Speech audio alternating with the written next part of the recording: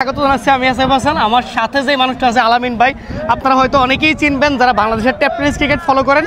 আলামিন ভাই বরিশালের সন্তান, বরিশালকে জিতে এলেন 87 রান করে, কেমন লাগতেছে?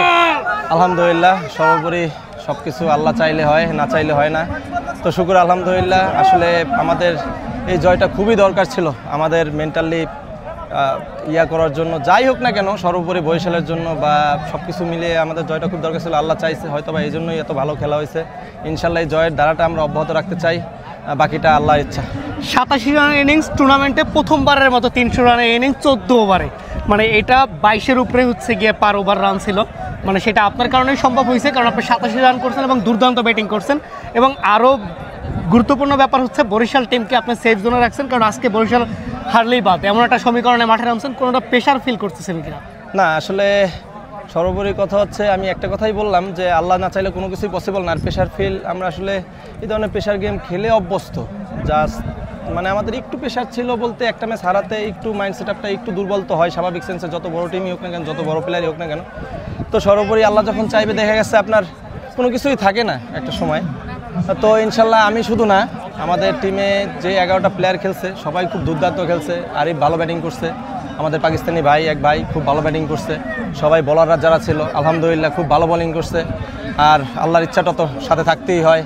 সবশেষ এখানে যে প্রবাসী বাংলাদেশিরা যারা খেলা দেখতে আসছে, হিউজ ক্রাউড বরিশালের, আমি যা দেখতে পারলাম 3-4 হাজার বরিশালের মানুষ হচ্ছে, পুরো মাঠ মানে জয়ের পর একদম ভরে গেছে। আমার কাছে অনেকটা মেমোরাইজ লাগতেছিল যে 97-এ বাংলাদেশ যখন মিনি ওয়ার্ল্ড কাপ জিতে, তখন কিন্তু এরকম একটা সিনারিও আমরা দেখছি। আজকে বরিশালের দেখলাম, তাও প্রবাসের মাটিতে।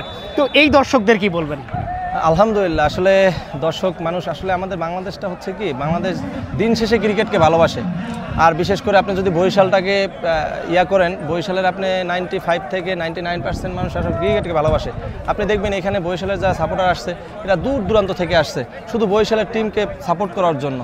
এদের কিন্তু আসলে পাওয়ার কিছুই নাই, জাস্ট বরিশাল খেলতে আসছে, বরিশাল পার্টিসিপেট করছে, দেশে মানে এলাকার জন্য একটা বা বিভাগের জন্য সবাই আসছে উৎসাহ দেওয়ার জন্য। তা আমাদের এইটাই পাওয়া তাদের কাছ থেকে। সবশেষ বরিশালের বাসায় বরিশালের মানুষদের যদি কিছু বলতেন।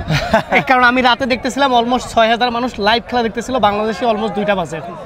আসলে সত্যি কথা বলতে কি, আমি লং টাইম বরিশালের বাইরে থাকি, মানে ঢাকাতে। খুব বেশি যে অনেক বেশি বরিশালের পারি, বিষয়টা এরকমই পারেন।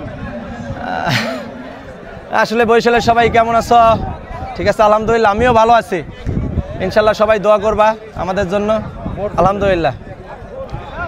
বরিশাল টিমের দুর্দান্ত জয় এবং 300+ রান টুর্নামেন্টের প্রথমবারের মতো, এবং সেটা সম্ভব হয়েছে আলামিন ভাইয়ের জন্য। 87 রানের জকজকে তকতকে ইনিংস খেললেন, সাথে বরিশাল টিমকে সেফ জোনে নিয়ে গেলেন। আর একটা ম্যাচ বাকি গ্রুপ পর্বে, সেই ম্যাচটা জিততে পারলে বরিশাল সেকেন্ড রাউন্ডে চলে যাবে। আশা করি সেকেন্ড ম্যাচেও আলামিন ভাইয়ের ব্যাট আসবে। সো দোয়া রাখবেন বরিশালবাসী আলামিন ভাই এবং বরিশাল টিমের জন্য।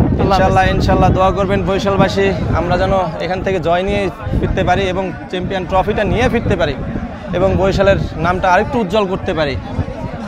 ধন্যবাদ সবাইকে। ধন্যবাদ। আসসালামু আলাইকুম। ওয়ালাইকুম আসসালাম।